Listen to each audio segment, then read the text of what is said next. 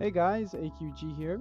I am here today to talk about Sonic X Shadow Generations. I recently just played it. I literally just played it this morning. Uh, beat the Shadow campaign because I ordered the digital deluxe version and I didn't even know it came, like you got to play it early, but apparently you did, and that was amazing. I thought I was gonna have to wait till the weekend to play it, but no.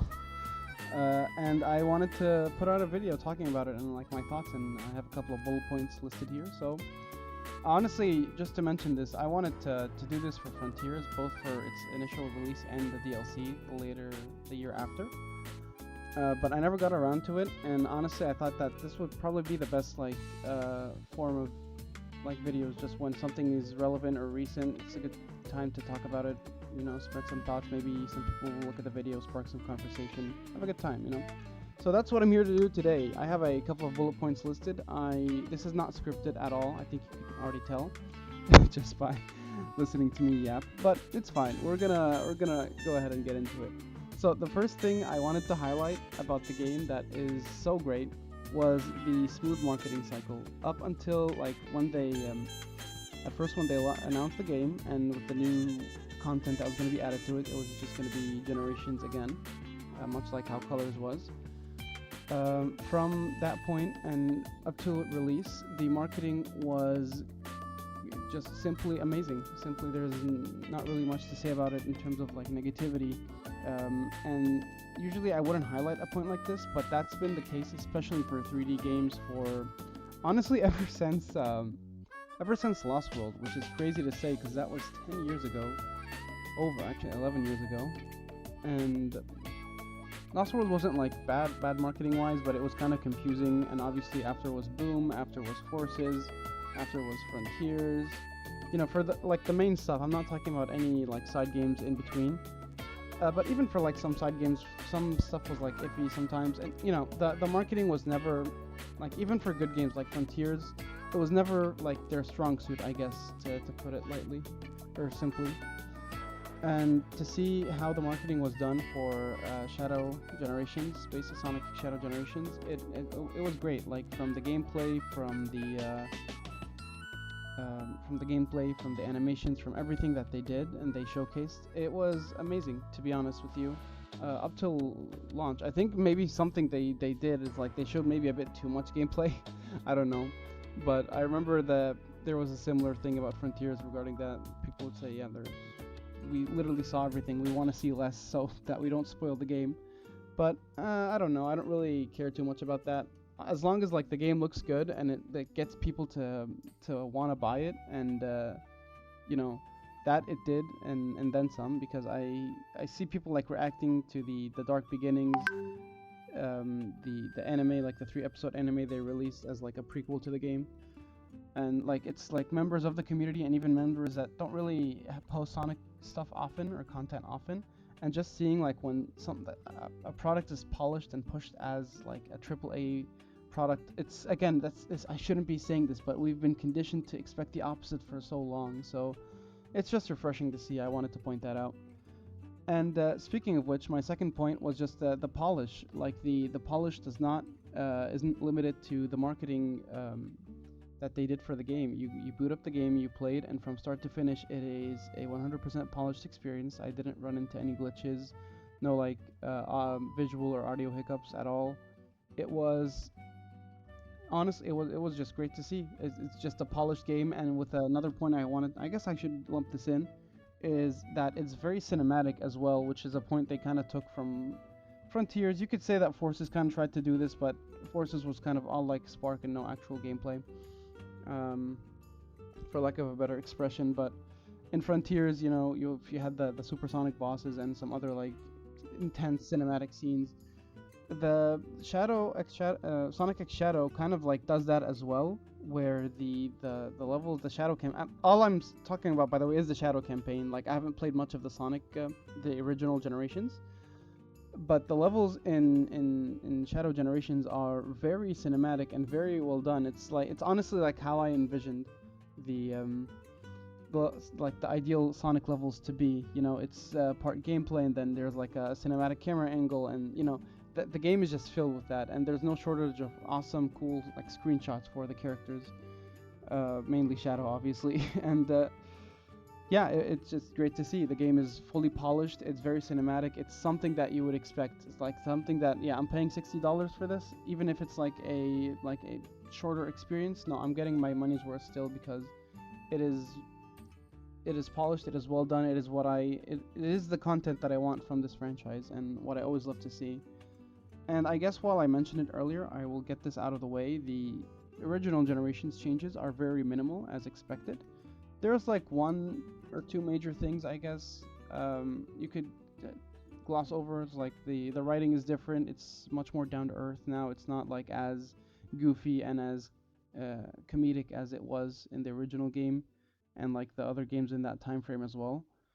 Which is nice. They kind of like try to bring the characters down a bit to sound like, or not even to sound like, but to be like the how they're portrayed in Frontiers and that. So that's nice to see, I guess. I didn't really care too much. Generations, you don't really play it for its story, but it's a nice touch that I'm kind of surprised that they went out of the way to do. So that's nice, especially after after Colors Ultimate. But other than that, there's like Chow you can collect in the stages.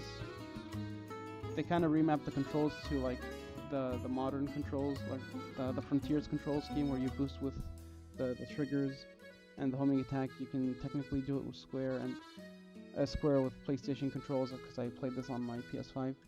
So yeah, that's besides that, there's nothing else to really mention. Yeah.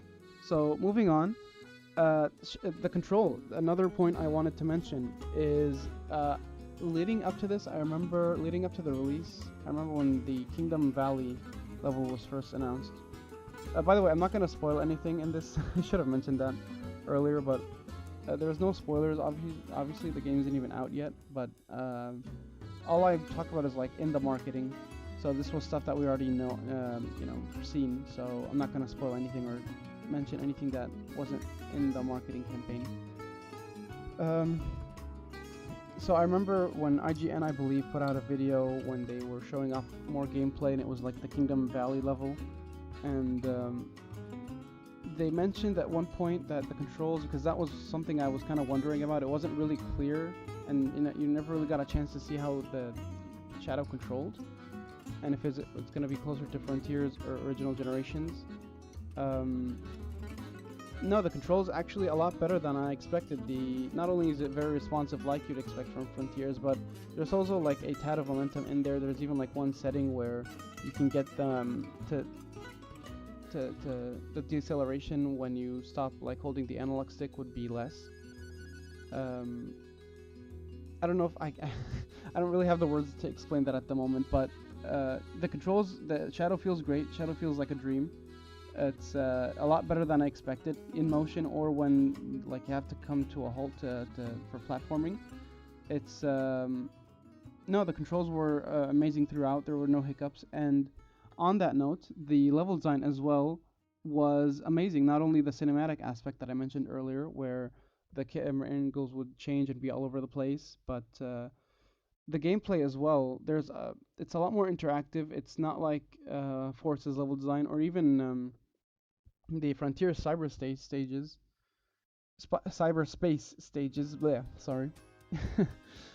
No, the level design is much more expansive than you'd expect. It's very cinematic. It's very fun to go through. It's very replayable, and the levels are a good length. All of them. Like, I don't think there's like a level that's like not like, at least 2 minutes if you know what you're doing, like to upwards of 5 minutes, and like the level length that we'd expect from like the 2000s era of games like Adventure 2 and Unleashed and all that. So yeah, the levels are great. And another point, I guess, while I'm on the level design, this is the fifth point. Most of my points, like I only have two things left, two talking points to go through. The 2D sections, they were a big scary point, because ever since I think Unleashed, and they kind of traumatized us, honestly. Because Colors was like 90% 2D, Generations had 2D in modern Sonic stages, while it even had classic Sonic to cover the 2D, so it didn't make any sense. And it felt like 2D became a crutch for the series for the longest time, especially you notice it in games like Forces, where and Frontiers and like Chaos Island and such, where it's just plastered all over the place for no reason, and it felt like an excuse because they can't design. That's at least how I took it at points, where they couldn't be bothered to design a actual proper 3D area. No, Shadow of the Generations, honestly, like, I was surprised of how the 2D was, because number one, it was segmented. They do the whole thing where every area you go to is 2 acts, and Act 1 is always the 3D act, fully 3D, no 2D to be seen at all, and Act 2 is always the 2D act, fully 2D, and the Shadow controls beautifully. I'd expect after Frontiers, if assuming this is run on the same engine, I think it is, that it would control like Sonic did in the 2D sections in Frontiers where it wasn't the best.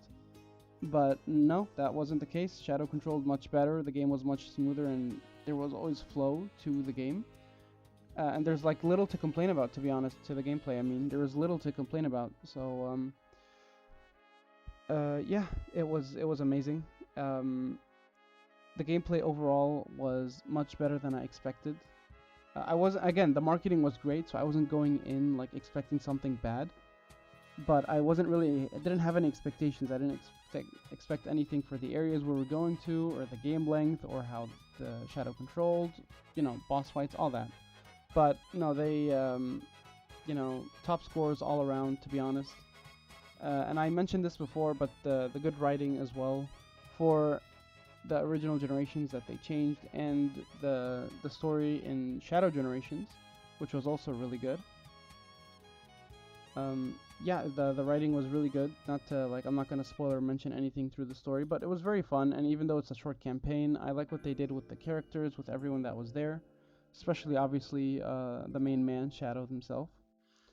So yeah, that's honestly all I had to cover. I know this was like a bit of a all over the place type of review. It wasn't even a review proper, but there were just a couple of thoughts on my mind that honestly, like, as an overall, I guess, recap of everything, it was amazing. I'd give this game no less than like an 8 out of 10.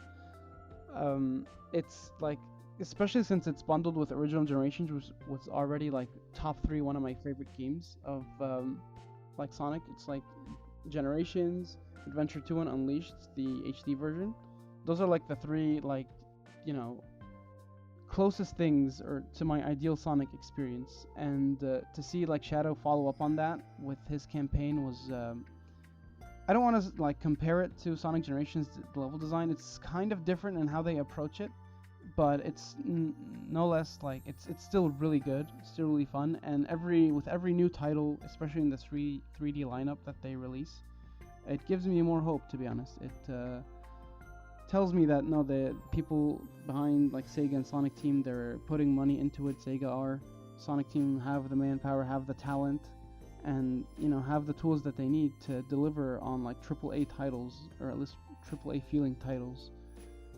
And honestly, like every other like long-running Sonic fan, I've been taught to be skeptical by this franchise time and time again. But with like Frontiers and then Superstars and then like everything they're doing, and now this, honestly, I'm starting to let my guard. I'm starting to really expect, like, when they announce something, no, this is genuinely gonna be a top product that we like. I'm gonna pay money in good faith and get what I asked for or what I expected, and it's great to see, to be honest. I have no words for it other than I'm hopeful for the future. Whatever they come next, be a remake or new release, I'm super excited for it. This was amazing. So yeah, with that, thank you so much for listening if you've got this far. I know this is a rant again, but I just wanted to get these thoughts out, especially when they were fresh on my mind. As for the future, I have no like plans or anything to upload, but maybe I'll try to balance it and try to hopefully maybe do Let's Plays or maybe a different form of content. I still have no idea. If anyone like has any interest or any recommendations, or a fellow Sonic fan in the comments, feel free to drop your recommendations. I have no idea what I'm doing with this YouTube thing, but it's like a passion project of mine. So yeah, thank you so much, and enjoy the rest of your days, folks.